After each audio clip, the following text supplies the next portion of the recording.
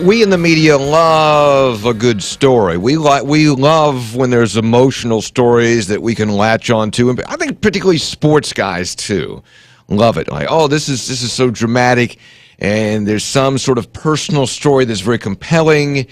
People latch on to it. It's more than just the score and the typical sports quote. And there was no story this past college football season in sports more compelling than the Manti Te'o story, the linebacker from Notre Dame. He's a great player, but he had personal tragedy. His grandmother died last fall, and about the same time, his girlfriend died. Lene Kekua, Kekua. She died. She had been in a car accident, and then when she was getting better, then she developed leukemia, and she died in this story. And he was in touch with her, and he stayed on the phone all night with her to help her sleep and to listen to her breathe, and spoke to her. And he had met her a couple years earlier at Stanford, and the media loved this story. They ate it up. It was in all the major publications. Everybody talked about it. It was on Game Day in the New York Times and Sports Illustrated. But now Deadspin reports, and there have been statements issued by Notre Dame and by Te'o, that it wasn't true. There was no girlfriend, Lene Kekua. She didn't exist. She didn't have cancer. She wasn't in a car wreck. She wasn't his girlfriend. Te'o says he's the victim of an online hoax, but Deadspin has dug up a lot on this, and they say, wait a minute, how could he have not known that it was a hoax, especially when he and his father alluded to meeting her and some other details that were out there. Dave Weekley is the host of MetroNews Hotline, heard every afternoon on several of these stations. He joins us on MetroNews Talkline. Dave, good morning. What do you make of this? Well, one thing, Hoppy, I think you made a great point that for sports guys, nothing could be finer than a crisis that is minor, right? Exactly. So we love this kind of stuff. I think that in the Manti Te'o situation, we were on the air yesterday when this story was breaking, and when Deadspin reported the story, I was really hesitant to go with it because, well, I have a lot of respect for the guys at Deadspin. I really wanted, a bigger media outlet to report this. So when Notre Dame came out with their cryptic statement, that's when we jumped on it and started running with it a little bit. I think we still don't know the facts, obviously. Now, Te'o has released a written statement, and if you've seen the written statement, it looks like it's been put together by his agent, and sure. That's what agents do.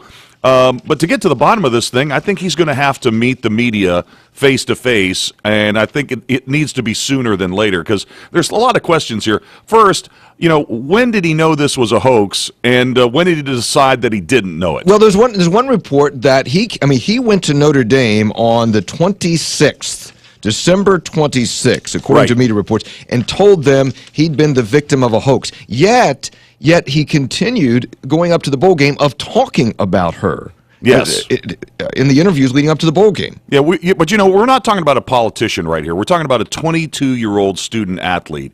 And if this is truly an embarrassing situation for him, once you're already in, it's just you're just compounding the situation. I'm sure it would have been a very, very prideful thing. That would have hurt his pride to admit that he had been duped in this situation. The other thing I think that's really curious is how quickly Notre Dame pushed all their chips to the middle of the table to support him. Mm-hmm. So I got to believe that Notre Dame has done their due diligence on this situation.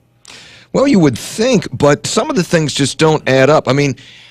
If he was duped, and that could have happened. An online relationship. Why were there references to him saying, "I can't wait till I see her again," or they met in person at the Stanford game, or Te'o's father making references to meeting her in Hawaii? Why all those kinds of things if it was strictly an online relationship and Te'o was being duped? Oh, and that's not only those aren't the only instances. There's all kinds of questions like, well, why didn't he attend the funeral, and why did he make comments about the casket being closed, and where are the receipts for the flowers that he claimed that he sent, and comments he made to Gene Wojciechowski.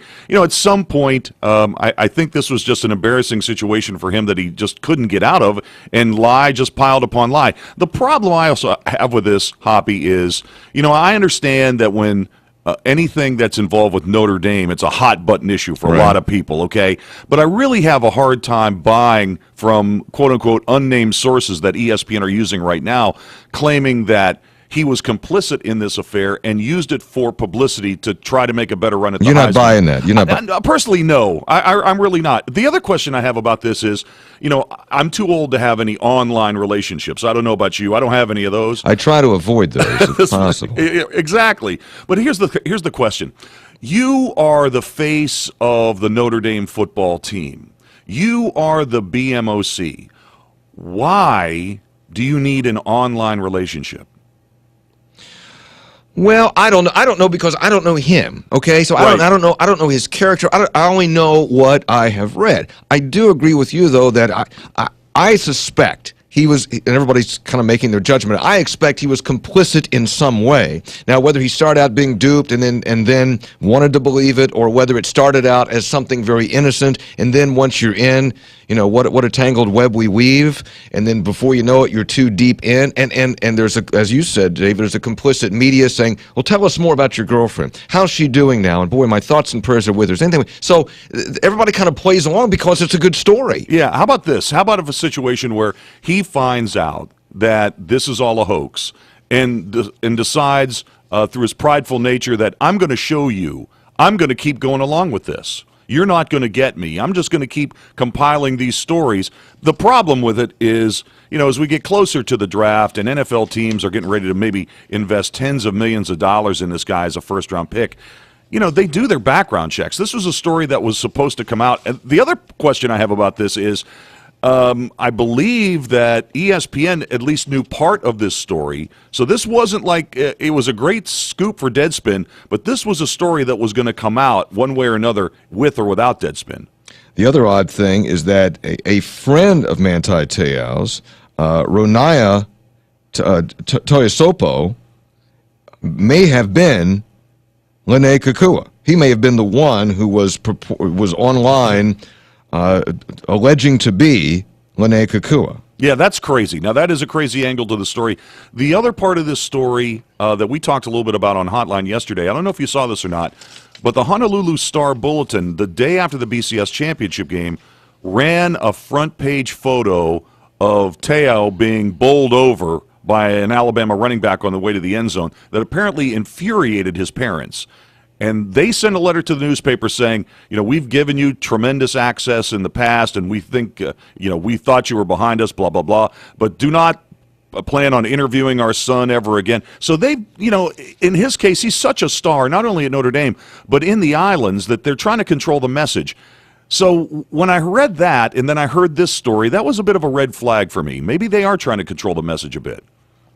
It's all very bizarre, and it does not look. Like I said, I don't know Te'o, but I don't believe him because it's implausible to believe. Yeah, it's not, and I have no ill will against the guy. I have no ill will at all. I'm just saying that it doesn't add up. With Deadspin, if you read the Deadspin story, which is very thorough, which is very thorough, and it just doesn't add up that Te'o could not have in some way been complicit. Hoppy, you know who the biggest loser in this whole situation is? Who? Oprah. Because this is supposed to be the day where she has the big reveal on Lance Armstrong, and nobody's talking about it. Well, look, let me tell you something. There were three huge stories this week in the popular culture that I know you talk about a lot about popular culture on your show on Hotline in the afternoon. Two of them are non-stories.